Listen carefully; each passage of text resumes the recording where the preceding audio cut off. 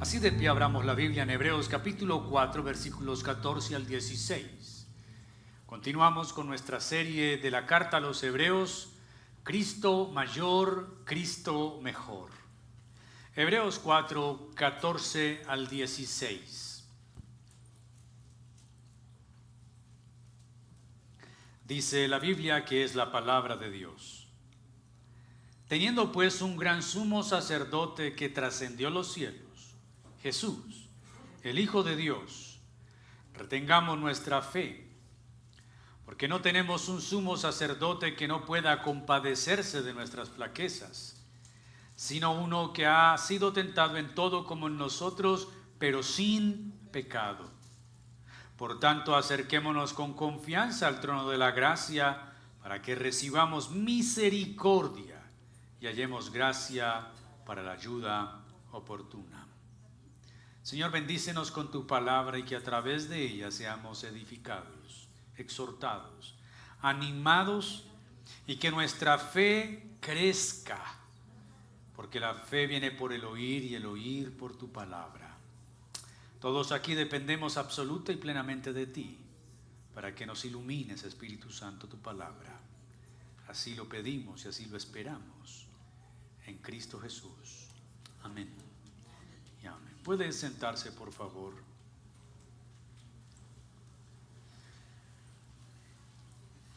En el pasaje anterior vimos la advertencia del escritor de Hebreos diciéndonos: cuidado, no endurezcan el corazón, no tapen sus oídos, oigan la voz del Señor.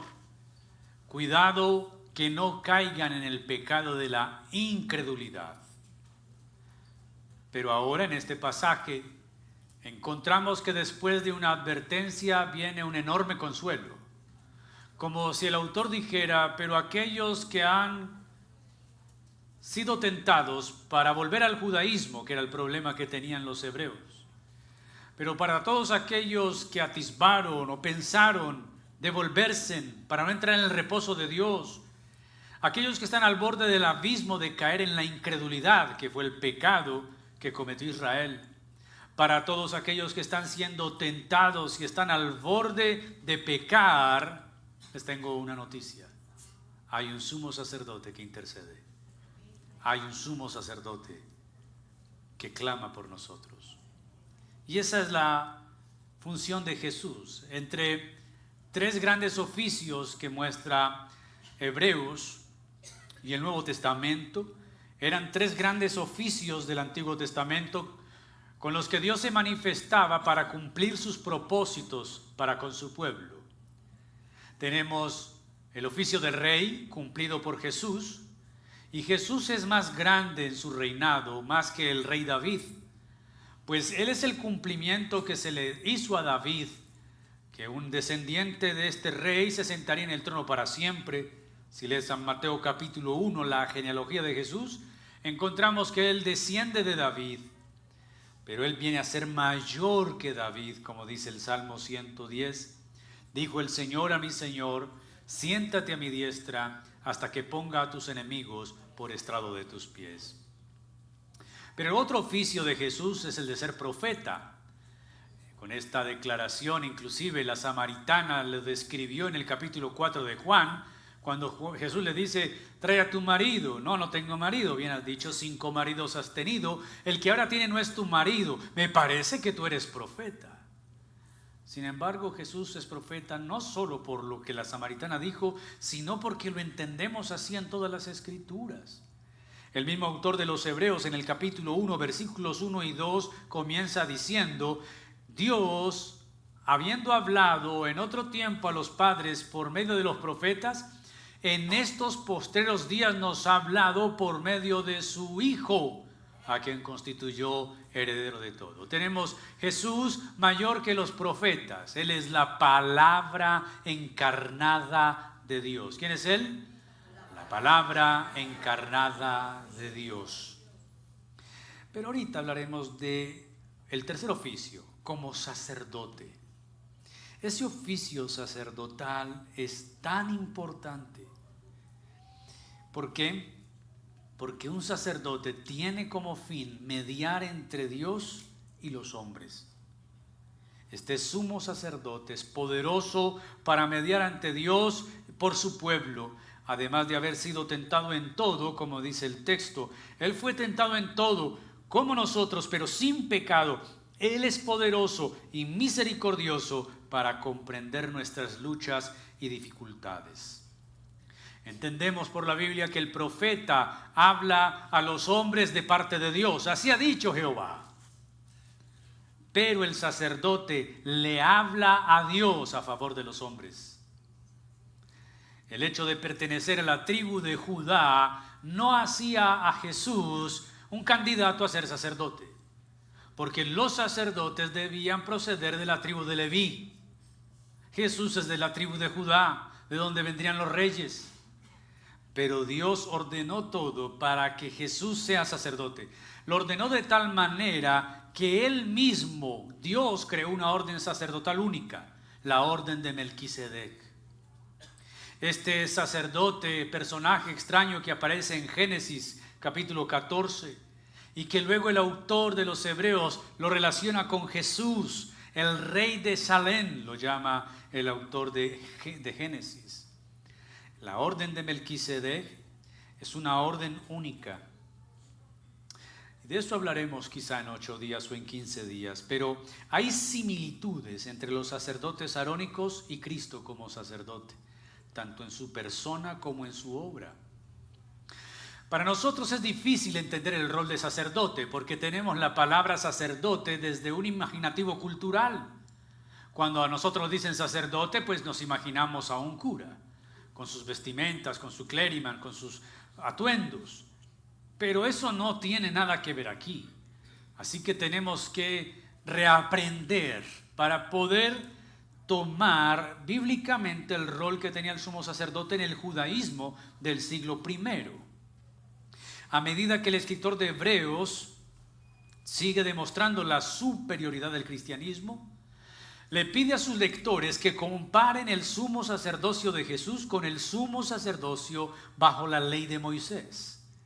Comienza afirmando que tenemos un gran sumo sacerdote. Nótese en el superlativo que utiliza el autor, gran sumo. La palabra sumo como superlativo la usa Pablo también en Filipenses capítulo 2, por lo cual el Padre lo exaltó hasta lo sumo y le dio un nombre que es sobre todo nombre. Los judíos describían al sumo sacerdote como el gran sacerdote, pero a través de Jesús tenemos es nuestro gran sumo sacerdote. Nos acercamos al mismo trono de Dios y encontramos misericordia y gracia gracias al gran sumo sacerdote. Pero mis queridos, no comprendemos la obra de Jesús como deberíamos comprenderla porque todavía no hemos entendido la magnitud de nuestro pecado. No somos conscientes de nuestra maldad. Es más, cada uno de nosotros parece abogar por sí mismo. Todos tenemos un abogado interno que nos defiende. Yo no soy tan malo. En mí hay bondad, yo tengo valores. No soy tan malo como los que aparecen en la televisión, o aquel vecino, o aquel que mataron. Y nos creemos buenos al medirnos con otras personas. Al no comprender la magnitud de nuestro pecado y las consecuencias que éste trae, no podemos comprender a plenitud la obra de Cristo. Lutero luchaba infinitamente con esto. El martirio que él sufría en su mente y en su corazón por su pecado era tan enorme que lo agobiaba, no dormía. El apóstol Pablo lidió con esto y en Romanos capítulo 7, si lo has leído, él termina exclamando: miserable de mí.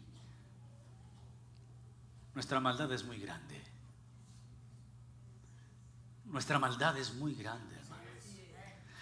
Mucha gente dice: no, esas iglesias evangélicas, eso es para rehabilitar sicarios, drogadictos, prostitutas, gente de la calle, porque la gente cree que esos son los malos. No, todo el mundo es malo. No hay nadie bueno, no hay nadie que busque a Dios, dice la Escritura. Nuestra maldad es muy grande. tan grande que nosotros no podemos entrar delante de Dios a su trono. Ah, mi Dios sí, porque mi Dios es amor. No sé quién es tu Dios. Vuelvo con el tema de mi Dios. Quítate ese argumento, mi Dios, tu Dios es un invento tuyo, es un amiguito imaginario que no existe. El Dios de la Biblia dice que Él es muy santo para ver el pecado. A tal forma que hasta su amado Hijo lo abandonó en la cruz por el pecado que cargaba, ajeno. La obra de Cristo llega a ser comprendida por nosotros si solamente podemos comprender la magnitud de nuestro pecado y nuestra maldad. Nuestra maldad es muy grande. No diga, no, pastor, yo no soy tan malo. Hermano, es malo. Usted es muy malo. Yo soy muy malo. Si ponemos a Cristo al lado de cada uno, nuestra maldad es muy grande. Y ese pecado nos impide entrar a la presencia de Dios. Por eso necesitamos la obra de Jesús, para que se ponga entre Dios y su justicia y su ira justa y nuestra maldad. Aunque solamente aquel designado por Dios puede servir como sumo sacerdote, y así lo establecía el Antiguo Testamento.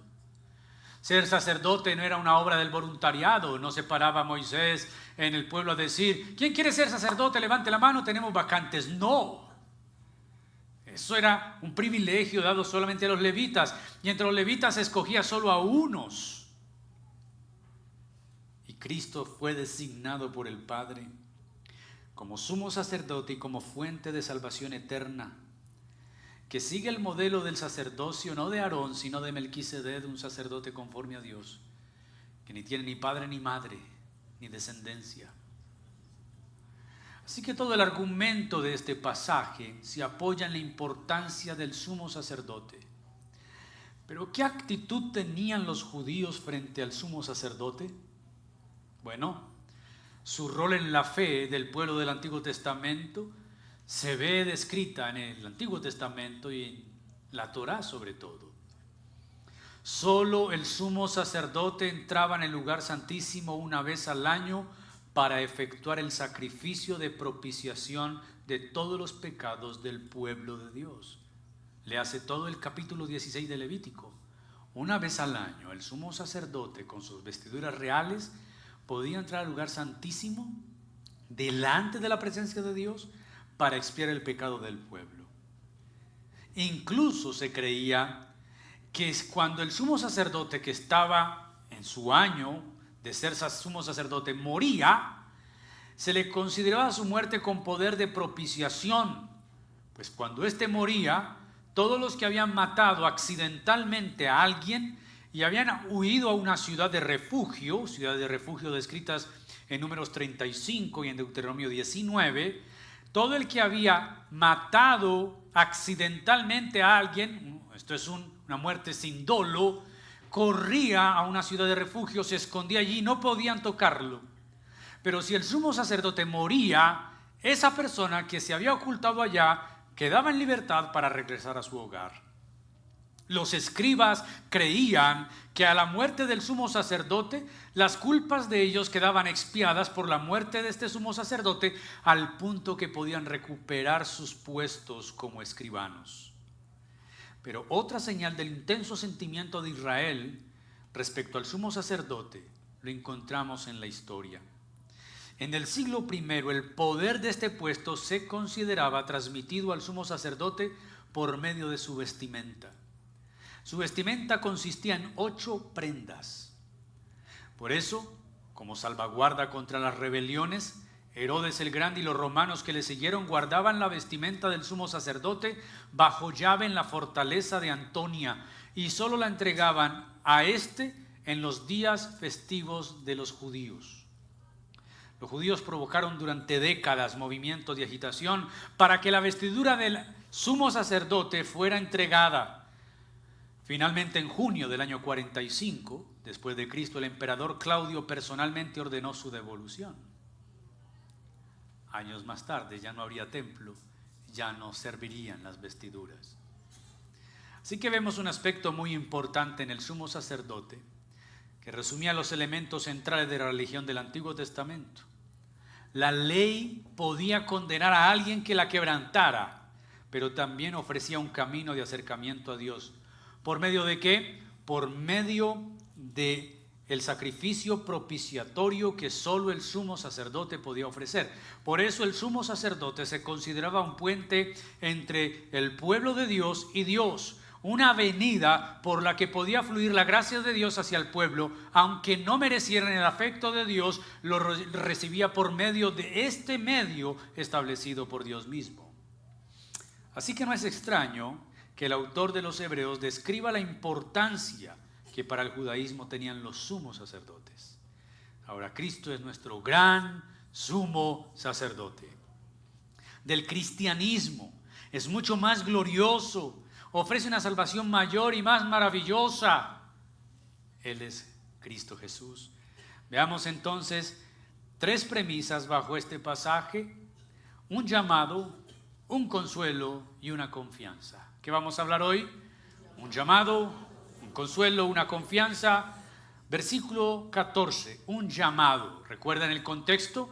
Cuidado, no caigan en rebeldía, no caigan en la transgresión de Israel, la incredulidad. Cuidado que no entren en el reposo. Pero no solamente les advierte, también muestra un camino, una solución, y esa solución es Jesús. Hay un llamado. El llamado es a retener la fe, teniendo pues un gran sumo sacerdote que trascendió los cielos, Jesús el Hijo de Dios. Retengamos ¿qué? Nuestra fe.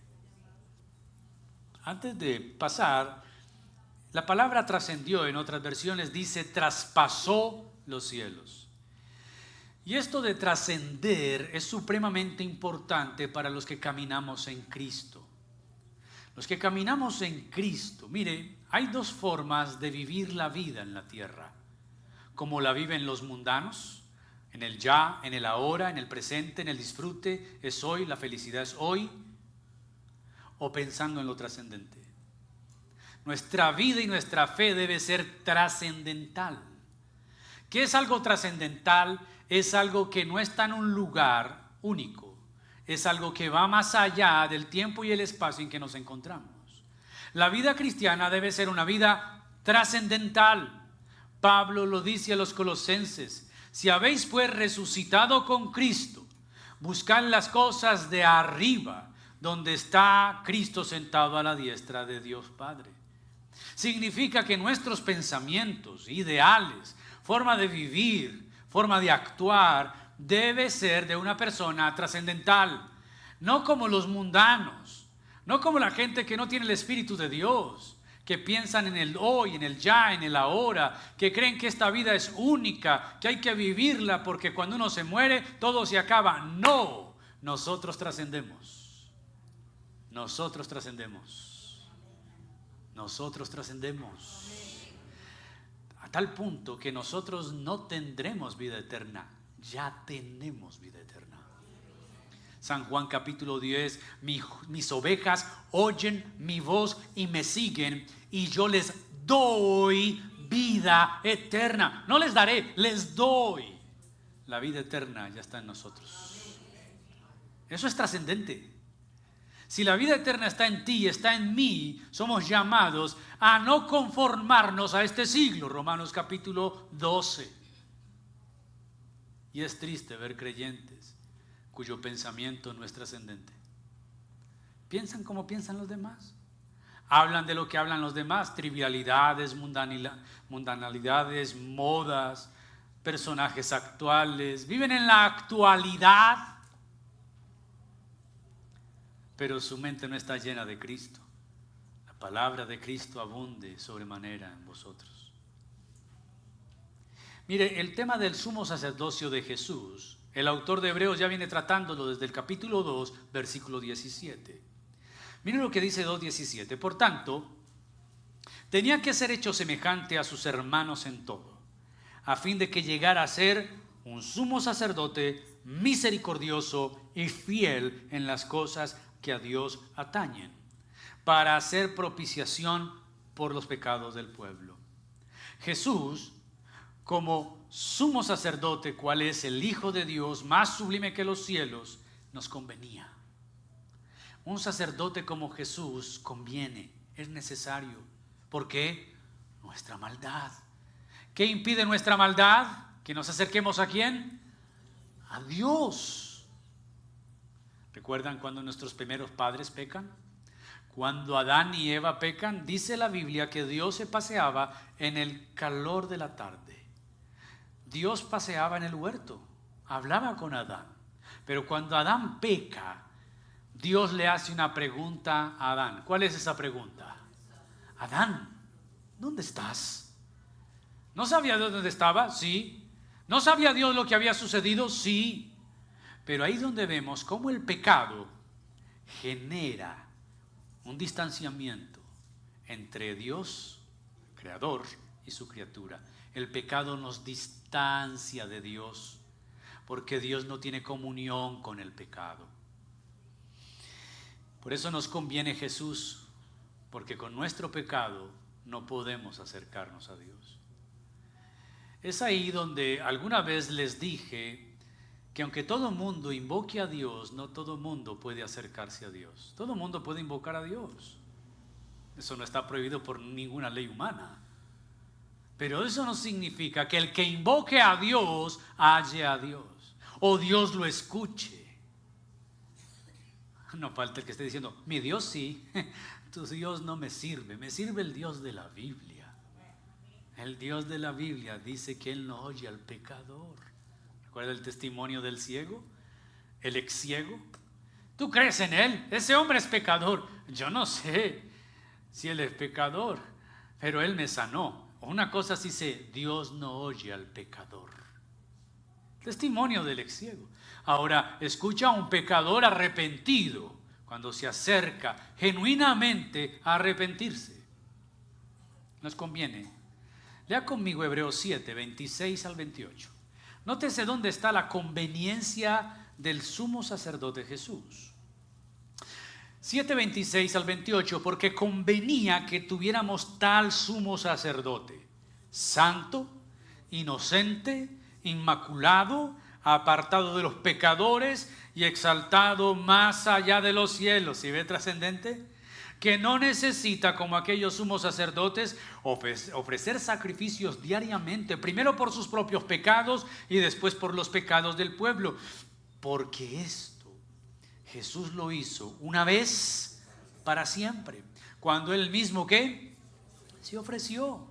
Porque la ley designa como sumos sacerdotes a hombres débiles, pero la palabra del juramento que vino después de la ley designa al Hijo hecho perfecto para siempre. Nos conviene el sumo sacerdote, porque su sacerdocio es completo y final. ¿Es qué? Completo. No hay que completar la obra de Cristo. No hay que ayudarle a Cristo. Por eso no creemos en las penitencias. No creemos en que hay que hacer obras, porque el sacrificio de Cristo es completo. No hay que ayudarlo, no hay que ajustarle, quedó un poquitico faltando. No creemos que necesitemos un corredentor o corredentores. No tenemos que ir donde la mamá de Jesús para que le lleve la razón a Jesús y Jesús le lleve la razón a un padre que está airado. No. Podemos ir al Padre directamente en el nombre de su Hijo amado, el sumo sacerdote. No necesitamos humo blanco en una chimenea para tener un gran sumo sacerdote que interceda por nosotros. Se llama Cristo Jesús. El sumo sacerdote cada año presentaba sacrificio por los pecados suyos y por los de su pueblo. Ahora la Iglesia Católica está esperando elegir un nuevo papa. Y escuchando a este papa que falleció, hay una cosa extraña que la gente no entiende, y no entienden por qué están cegados. Constantemente pedía que oraran por él. Ahora, ¿no se supone que él es vicarius de Cristo? Esto es representante, reemplazo de Cristo. Pero él decía, oren por mí que soy un pecador. Bueno, eso parecería ser muy humano, y a los humanistas es que él es sincero y franco. No, es verdad, él es un humano. Pero él no es mediador de nadie. No puede mediar a alguien que es un pecador. Solo Cristo, que es santo, inmaculado, sin pecado, puede entrar a la presencia de Dios. Nunca encontramos en la Biblia Jesús diciendo a los apóstoles: oren por mí, venga, hagan una cadena de oración por mí. No, nunca. Él antes oraba por los demás. Él oraba al Padre intercediendo por los demás. Él invitó a otros a orar: velen conmigo, pero no oren por mí, porque tenemos este gran sumo sacerdote, santo, inocente, inmaculado, apartado de los pecadores, exaltado hasta los cielos. Ese sumo sacerdote en la ley presentaba sacrificio por sus pecados, por los del pueblo, entraba al lugar santísimo, preparado el lugar santo con una cortina que estaba separado el lugar santo del lugar santísimo, una cortina tan espesa, tan gruesa,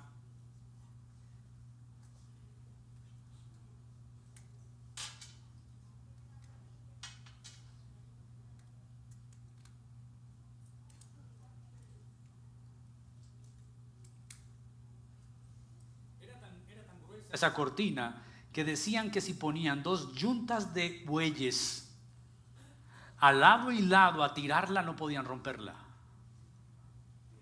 Era pesada. Esa cortina separaba el lugar santo del lugar santísimo. Allí entraba el sumo sacerdote para expiar el pecado del pueblo. Rociaba la sangre sobre el altar, en el propiciatorio, que era la tapa del arca del pacto, y si Dios estaba agradado, la Shekinah, el humo, la nube de Dios bajaba y decía: Dios ha recibido el sacrificio, tenemos el perdón de nuestros pecados. Ahora, no sé si usted escuchó alguna vez un cuento que es más un cuento que una verdad, que el sumo sacerdote entra al lugar santo con un vestido lleno de campanas y un lazo amarrado al pie, porque si las campanas dejaban de sonar era porque murió y entonces había que arrastrarlo. ¿Escuchó eso alguna vez? ¿Sí escuchó eso? Eso es mentiras. Eso no es cierto. No registra la Biblia que ningún sumo sacerdote haya muerto en el lugar santísimo. Lo que sí encontramos es que 2 sacerdotes que no eran sumos sacerdotes, pero eran 2 sacerdotes, se pusieron a tomar el incensario y a levantar incienso delante de Dios. Cuando Dios no se lo pidió, Dios los mató. Los hijos de Aarón ofrecieron fuego extraño que no les mandé, dice el Señor. Estos se crean los chachos del pueblo. Somos los sacerdotes, entonces vamos a coger el incensario y nosotros tenemos el incensario, nosotros somos los que tenemos. Hoy en día se asemejan a esos predicadores que son los chachos de Dios. Yo tengo la unción, yo tengo el llamado, yo tengo la visión, el Señor me llamó a mí. Esa gente ofrece fuego extraño. Esa gente mece en sus incensarios, pero es humo ficticio, abominación. Dios los mata. Y Dios le dice a Moisés: en los que se acercan a mí, me santificaré. Yo no les mandé que ofrecieran eso. Puede leerse un buen libro de MacArthur que se llama Fuego Extraño. Léase ese libro. Cómo MacArthur aterriza el tema de la adoración y de la presencia de Dios, que es totalmente ajeno a todos los espectáculos que hoy muestran en pseudo iglesias. El sumo sacerdote entraba, la Shekinah de Dios bajaba, 1 año de perdón. Pero ahora vemos a Cristo como un arquetipo y antitipo del sumo sacerdote legal. Penetró, pasó a través de los cielos, es decir, por el cielo que está entre nosotros y Dios, el cielo aéreo, y pasó más allá, el que contiene los astros, las galaxias, y llegó a la misma presencia de Dios. Estos cielos eran el velo que atravesó nuestro sumo sacerdote. Penetró el cielo de los cielos, donde Dios habita. La presencia misma de Dios. Así como el sumo sacerdote pasaba por el velo en el lugar santísimo, Cristo no pasó ningún velo. Traspasó ¿qué? Los cielos, y abrió un camino para todo aquel que crea en Él pueda acercarse a Dios. ¿A quién nos podemos acercar? ¿Por medio de quién? Solo el camino que abrió nuestro Señor. Ni Moisés ni Josué pudo introducirnos en este reposo, pero Jesús, nuestro precursor, ya espiritualmente y luego en presencia misma, en cuerpo y alma, delante de Dios, lleva a su pueblo al reposo celestial. Jesús es un antitipo de Josué. Él sí nos entró el reposo, Él nos llevará al reposo eterno, porque Cristo volverá por los suyos. Dice el apóstol San Pablo que Él vendrá, los muertos en Cristo resucitarán primero, y luego nosotros, los que habremos quedado, seremos arrebatados en un abrir y cerrar de ojos, y nos encontraremos con Jesús en el aire y estaremos para siempre con el Señor. Él nos llevará a su reposo eterno. Nuestra respuesta a este privilegio, nuestra respuesta a esta obra de Jesús de traspasar los cielos, debe ser retener la confesión de fe. Hebreos llama confesión a nuestra fe, porque la fe no es algo que solamente se alberga adentro, debe manifestarse también con la boca. El autor enfatiza las muestras de la fe que los hombres ven como una confesión. El capítulo 11 de Hebreos nos hablará de esos hombres y mujeres de fe que a través de manifestaciones y de obras mostraron su fe. Santiago dice en su carta: muéstrame tu fe sin las obras, yo te mostraré mi fe por mis obras. Son obras de fe. El apóstol Pablo pone énfasis en las evidencias que Dios observa, como la fe en el corazón. Pero Hebreos enfatiza también la perseverancia, y aquí nos exhorta a seguir aferrados a la fe que recibimos el día que fuimos llamados a la salvación. La perseverancia es parte de la obediencia que proviene de la fe. Si tú tienes fe pero no perseveras, esa fe está muerta. Debemos perseverar. ¿Qué debemos hacer, hermanos? En medio de este mundo contradictorio que odia a Dios, que da la espalda al Evangelio, este mundo de tinieblas, debemos perseverar, nadar contra la corriente. Eso es ser trascendental. La gente se tatuaba para ser diferente. Ahora es diferente tener el cuerpo limpio. Me voy a perforar, no quiero ser como el resto de la sociedad. Pues ya el que no es perforado es diferente. No, voy a salir del closet porque yo no quiero ser como los demás. Ya, son poquitos los que estamos dentro del closet. La moda, es más bien, ya no hay closet. Tenemos que ser perseverantes, contracorrientes, eso es ser trascendentales. Siempre he creído que lo único que marca la diferencia en el mundo se llama la vida de santidad. En un mundo de adulterios, un matrimonio fiel, eso es trascendente, eso es revolucionario. En un mundo de promiscuidad, jóvenes cristianos viviendo su virginidad esperando a un matrimonio, eso es trascendental, eso es diferente. En un mundo de tatuajes, el arte del cuerpo, pieles limpias, que se respetan a sí mismos, eso es diferente, eso es trascendental. Debemos perseverar en esta fe en medio de un mundo de tinieblas. ¿Por qué? Porque si no caeremos como el pueblo de Israel. Mira lo que dice Hebreos 3:18, ya lo habíamos leído anteriormente en la otra predicación. ¿A quiénes juró que no entrarían en su reposo sino a los que fueron desobedientes? Vemos pues que no pudieron entrar a causa de su incredulidad. Capítulo 4, versículo 2, porque en verdad a nosotros se nos ha anunciado las buenas nuevas como también a ellos, pero la palabra que ellos oyeron no les aprovechó por no ir acompañada por la fe en los que la oyeron. Este camino es un camino de fe y hay que perseverar en él. Hay muchos opositores, hay muchos enemigos, tus amigos, tu familia, tu novio, tu novia, hasta tu esposo, tu esposa. Se van a levantar enemigos, los que más aman te van a odiar, te van a decir salte de ahí, esto no es para ti, te está yendo mal, el evangelio es mentira. Te van a bombardear todos los días, persevera, persevera. Porque Jesús dice, el que persevere hasta el fin, ese será salvo. El apóstol Pablo, en segunda carta a los Corintios 13:5, nos invita a examinar si estamos todavía en la fe. Póngase a prueba, dice el apóstol Pablo, segunda de Corintios 13:5. Póngase a prueba para ver si están en la fe. Examínense a sí mismos. ¿O no se reconocen a ustedes mismos de que Jesucristo está en ustedes, a menos de que en verdad no pasen la prueba? Mi querido, examínate. ¿Estás en la fe todavía?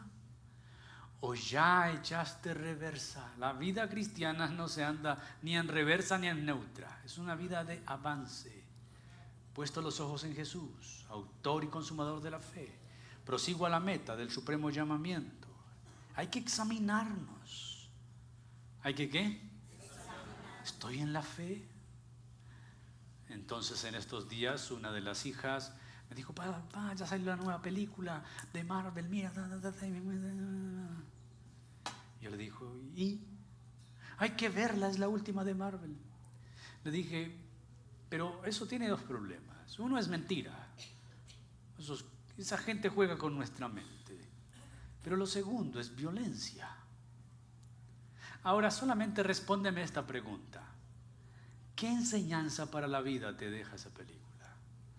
Si nos sentamos 2 horas y media en un cine, ¿qué enseñanza para la vida te va a dejar esa película? Nada. En estos días yo mismo lo experimenté y me confieso públicamente. En nuestro país tan polarizado, ver las noticias y escuchar comentarios de noticias empezó a sembrar en mí una resistencia, una agresividad por lo que uno ve, por lo que uno escucha. Y yo me tuve que examinar, ¿por qué estoy actuando así? Yo tengo el Espíritu de Dios, yo soy muy pasivo. ¿Por qué me siento agresivo? Y es por lo que las noticias nos están inyectando. Agresividad, violencia. Y uno termina haciendo, pensando y sintiendo lo que consume. Así que tuve que pedir perdón al Señor y decir, no más. Entonces tengo que ocupar mi tiempo en cosas que me hagan reflejar a Cristo y no me hagan reflejar lo que los demás que no tienen a Cristo reflejan. Eso que les acabo de decir es la forma en que uno se examina. Es la forma en que uno se examina. Estás frente a la televisión viendo X o Y película. No es malo, no es un pecado, pero hazte la pregunta, ¿qué lección de vida me hace mejor esposo lo que estoy viendo? ¿Mejor esposa? ¿Mejor hijo de Dios? ¿Por qué le invierto 3 horas, 4 horas? Le he invertido ¿cuántas semanas a una serie? Y no digan que yo no estoy satanizando el televisor, pero quiero decirle que puede ser muy peligroso si no regulas, si no limitas, si no tienes dominio propio. Tu chat, navegar, horas muertas navegando, horas muertas, es que el tiempo que tú pierdas y yo pierda ahí, jamás lo recuperaremos. Pierde dinero, lo vas a recuperar. Pierde tiempo, jamás lo recuperarás. Jamás. Así, querida iglesia, tenemos un sumo sacerdote que nos abrió paso para entrar a la misma presencia de Dios. ¿Sabes qué significa eso? Ni la NASA con sus supercohetes y supermisiones del espacio pueden llegar a donde Cristo nos lleva cada vez que invocamos su nombre en oración. A la misma presencia de Dios. No hay satélite. No. No hay nada. Solo el sacrificio de Jesús abrió la cortina de los cielos y solo pueden entrar aquellos que crean en Él y han sido lavados con su sangre. Solamente ellos. Que se nos invita, retengan la fe, porque lo que Él hizo por nosotros asegura nuestro reposo eterno en su presencia. Lo segundo es que tenemos un consuelo y es la simpatía de Cristo, versículo 15.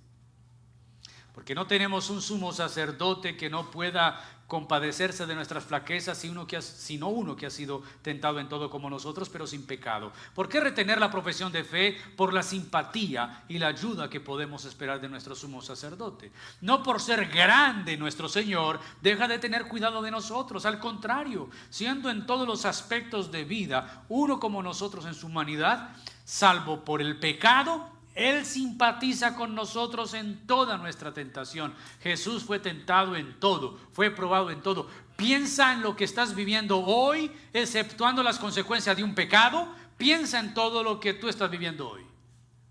Y Jesús simpatiza. Jesús puede entender lo que siente un feto cuando es destrozado en un vientre, cuando es abortado, porque Él estuvo en un vientre. Jesús siente cuando un niño es abusado porque Él fue niño.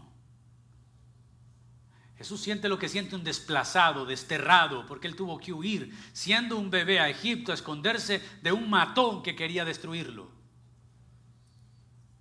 Jesús sabe lo que es perder un padre, porque José muere antes de Jesús empezar su ministerio. Jesús sabe lo que es trabajar de sol a sol para traer comida a la casa, porque Él no es el hijo del carpintero. Marcos dice que Él es el carpintero. Jesús sabe lo que no es tener dinero.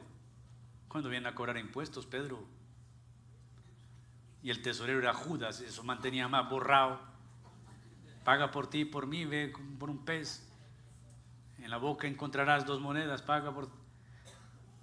Jesús sabe lo que no es tener nada propio. El Hijo del Hombre no tiene dónde recostar su cabeza. Jesús sabe lo que es tener hambre, frío, sed, cansancio. Jesús sabe lo que es ser decepcionado por su familia, abandonado por sus hermanos, traicionado por un amigo. ¿Qué estás pasando que Jesús no pueda entenderte? Mi matrimonio. Ay, Jesús sí lo sabe. Jesús siendo Dios, el Antiguo Testamento nos muestra a Dios como el marido y el esposo de Israel. Qué decepción se llevaba Dios con esta mujer Israel. Leas el libro de Oseas, leerá la historia de decepción, de amor, del amor de Dios por su pueblo. ¿Qué estás viviendo que Él no te pueda entender? ¿Dolor físico? Míralo en el Getsemaní sudando sangre, en la cruz. ¿Qué estás viviendo que Él no pueda entender? La simpatía de Jesús nos hace acercarnos a Él. Necesitamos a ese Cristo. No nos sirve el de bronce, ni el de palo, ni el de oro. Nos sirve el Cristo que se encarnó, que vivió como nosotros y puede entendernos. Amén. Exaltado hasta lo sumo, ya cambió su situación, pero no su naturaleza y oficio respecto de nosotros. Cambió su condición, pero no su afecto, porque Él está exaltado, sentado a la diestra de Dios. En Mateo 26, 38, Él le dice a los discípulos en el Getsemaní: velen conmigo. No le piden que oren por Él, velen conmigo.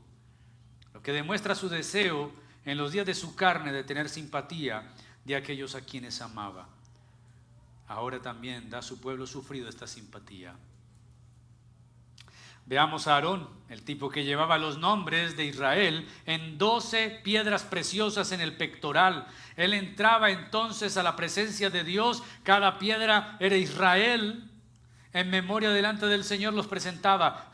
Pero Jesús no lleva un pectoral, lleva nuestros nombres inscritos en su libro y nos representa delante del Padre y nos presenta delante del Padre.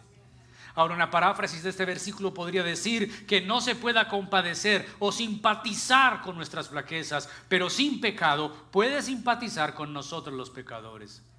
Su comprensión percibía las formas de tentación más acertadamente de lo que lo podemos nosotros los débiles. Nosotros no somos capaces de comprender y percibir las formas de tentación acertadamente. Como nuestra naturaleza es pecaminosa, hay cosas que nosotros hacemos y pecamos y decimos: eso es normal. Él no, Él es santo. Él percibía qué cosa era una tentación y qué cosa llevaba al pecado.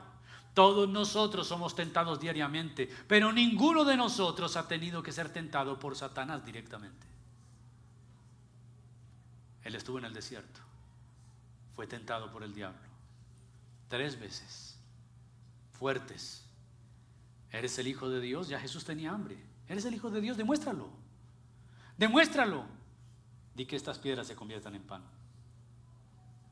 Está jugando una debilidad física, el hambre. ¿Eres el Hijo de Dios? Él te debe amar mucho. Lánzate del pináculo del templo. Él mandará a sus ángeles a protegerte. ¿Quieres que las naciones te adoren, Jesús? ¿Quieren que todos los pueblos se rindan ante ti? Míralos, te los muestro. Todos te los daré si postrado me adoras. No vayas a la cruz, no es necesario que te aguantes a un Judas, a un Pedro, a los fariseos, a los sacerdotes, al Sanedrín. No. Más bien, no pases por eso. Recorta el camino por aquí. Adórame y te los doy. Ahí Jesús venció la tentación y el tentador. Él puede compadecerse de nosotros porque Él a la vez fue tentado, pero sin pecado. Y con todo tentado en verdad. No una idea de tentación, Él fue tentado en todo.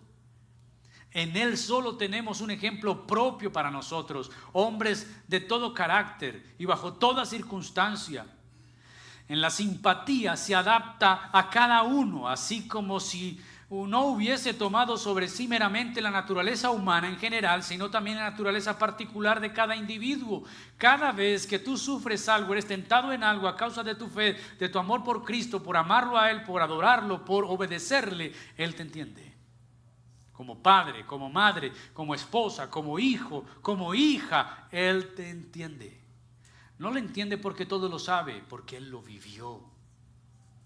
El versículo 15 explica la importancia de la humanidad de Jesús. Su divinidad no limita su identificación y simpatía con nosotros. Se identificó con nosotros en toda nuestra condición humana. Con la sola excepción del pecado, Jesús tiene las ventajas de todo sumo sacerdote humano en que puede compadecerse de nuestras debilidades. Sí, fue tentado, pero sin la gran desventaja del pecado.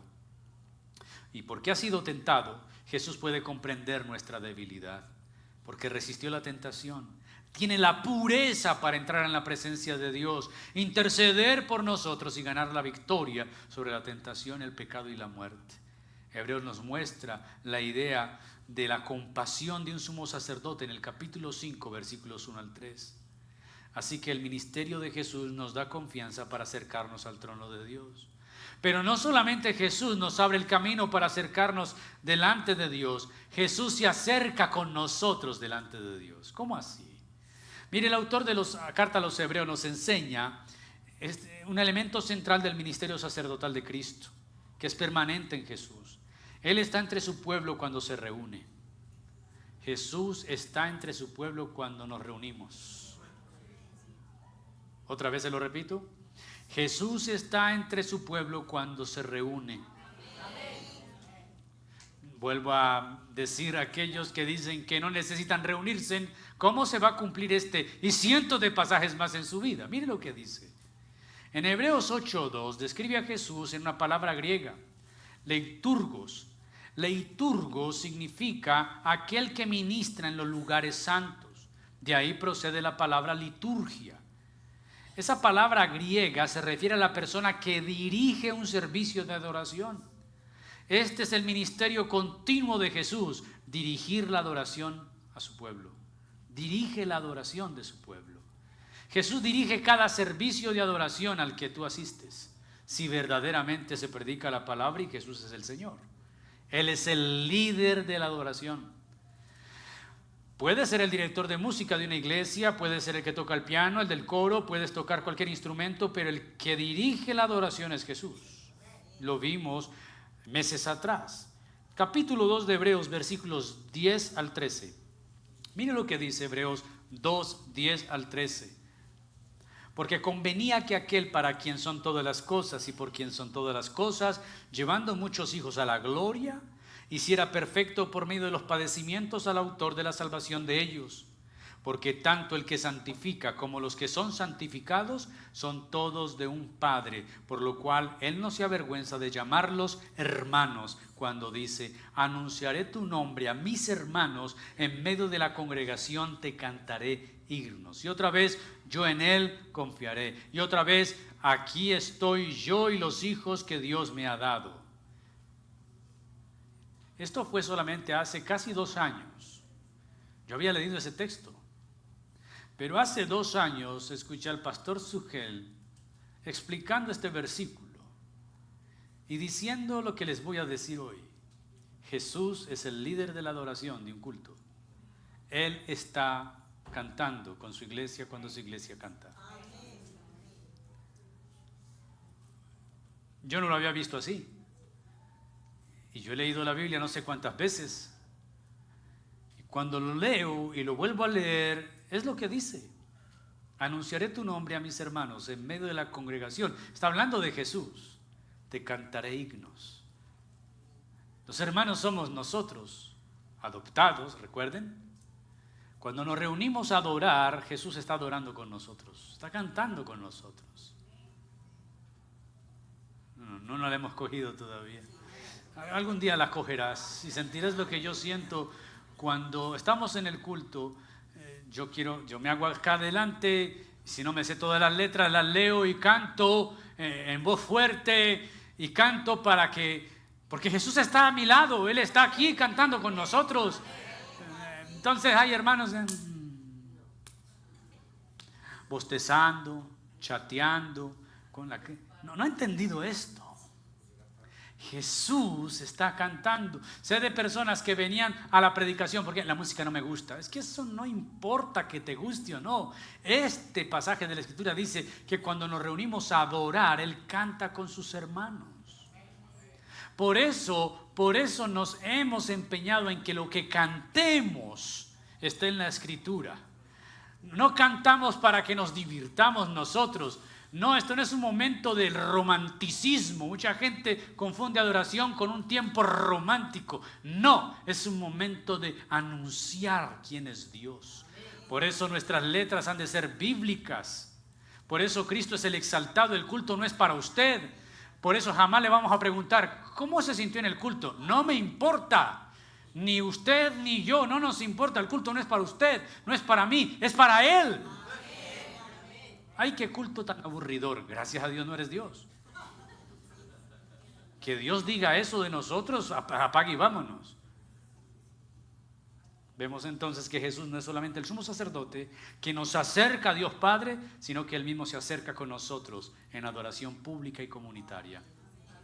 Tercero y último, tenemos una confianza. Versículo 16.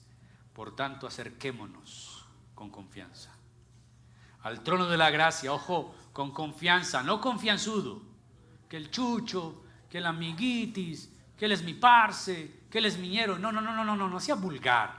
Ubíquese. Usted no le está hablando al de la cafetería. Él no es nada, no trate así. Si está hablando de Dios, por favor, regule su lengua. Este es el creador de los cielos y la tierra. Este es el hacedor de maravillas. Este es el infinito, el eterno, el santo, el poderoso, el único, el inigualable, el soberano, el eterno, el gran Dios. Él no es su amiguitis. Acercarnos con confianza no es confianzudo, no es atrevido. La confianza es, antes no podías acercarte, los hijos de Aarón y con sus 2 incensarios querían acercarse. Cuando querían, no. Nos acercamos a través de Jesús y su obra, su precio pagado al trono de la gracia. ¿Qué recibimos de ese trono de gracia? Misericordia y gracia para la ayuda oportuna. El trono de Dios ya no representa juicio para los que son salvos, sino gracia. Porque nuestro sumo sacerdote está a la diestra. Acercándonos a Dios encontraremos todo lo que necesitamos, tanto misericordia para perdonar nuestros pecados pasados, como gracia para resistir la tentación presente. Asimismo, cuando Cristo intercede por los discípulos para que su fe no falte, sigue intercediendo por nosotros. Está sentado a la diestra de Dios Padre, mediando por nosotros. Pablo nos recuerda que ya no hay condenación para los que estamos en Cristo Jesús. La ayuda de Dios es siempre oportuna, como dice el texto. Nunca viene temprano porque nos quitaría la oportunidad de ejercer nuestra fe y perseverancia en Él. Tampoco llega tarde, sino en el momento en que más nos conviene. En el versículo 3, el autor advirtió que no podemos escondernos de Dios, porque todas las cosas están desnudas delante de quien hemos de dar cuenta. Ahora nos asegura que no tenemos necesidad de escondernos. Y una de las enseñanzas principales de Hebreos es que los pecadores podemos entrar en la presencia de Dios con confianza y sin temor a través de Jesús. Mis queridos, Cristo entiende tanto a los que se han rendido ante la tentación y a quienes le resisten. Para nuestros fracasos tiene misericordia. Para nuestras tribulaciones tiene gracia. Y nos ayuda en el momento de necesidad. No importa cuál sea la situación que estemos pasando, Jesús nos entiende y nos ama a pesar de nosotros. Concluyo diciendo que el ministerio sacerdotal de Cristo aún sigue en función. Él es mediador por nosotros ante el trono de Dios. Pablo le escribió a los romanos con una serie de preguntas que él va respondiendo. Nos muestra esa hermosa verdad del ministerio mediador de Jesús por los suyos. Eso está en Romanos. Y quiero leerle lo que dice el apóstol Pablo. Capítulo 8. ¿Quién acusará a los escogidos de Dios? Dios es el que justifica. Esto es capítulo 8, versículo 33 en adelante. ¿Quién es el que condena? Cristo Jesús es el que murió, más aún el que resucitó, el que además está a la diestra de Dios, el que también intercede por nosotros. ¿Quién nos separará del amor de Cristo? ¿Tribulación o angustia, o persecución o hambre o desnudez, o peligro o espada? Tal como está escrito: por causa tuya somos puestos a muerte todo el día, somos considerados como ovejas para el matadero. Pero en todas estas cosas somos más que vencedores por medio de aquel que nos amó. Porque estoy convencido que ni la muerte ni la vida, ni ángeles ni principados, ni lo presente ni lo porvenir, ni los poderes, ni lo alto, ni lo profundo, ni ninguna otra cosa creada nos podrá separar del amor de Dios que es en Cristo Jesús, Señor nuestro. Amén. Él es el que intercede por nosotros para no separarnos de Él. El apóstol Juan usa la palabra abogado para describir su ministerio sacerdotal en la primera carta del apóstol Juan, capítulo 2, versículo 1 y 2. Hijitos míos, les escribo estas cosas para que no pequen. Y si alguien peca, tenemos abogado para con el Padre, a Jesucristo, el justo. Él mismo es la propiciación por nuestros pecados, y no solo por los nuestros, sino también por los del mundo entero. Mis queridos, qué gran regalo tenemos en Cristo el Señor, nuestro gran sumo sacerdote. No necesitamos esperar el humo blanco de una chimenea para saber que hay alguien que intercede por nosotros diariamente. Nos abrió el camino para acercarnos a Dios, pero también Él mismo se acerca con nosotros como el líder de la adoración. Cuando vengas a la iglesia, entiende eso. Jesús está adorando con nosotros. Voy a llegar temprano, voy a adorar, voy a aprenderme la canción, voy a cantar. Porque Jesús, imagínese, usted ahí inerte, perezoso, y Jesús al lado cantando, feliz, celebrando su victoria por redimir a su pueblo, y usted como un ente. No es que tenga muchos problemas, el gran problema ya fue resuelto por Jesús. La deuda fue pagada, el camino es abierto. Acerquémonos al trono de la gracia. Bendito sea su nombre para siempre.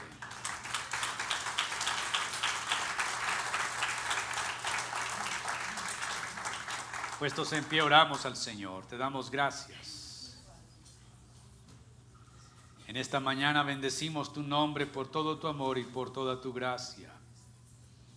Porque tenemos un sumo sacerdote que se compadece de nuestras tribulaciones, de nuestras debilidades. Señor, gracias.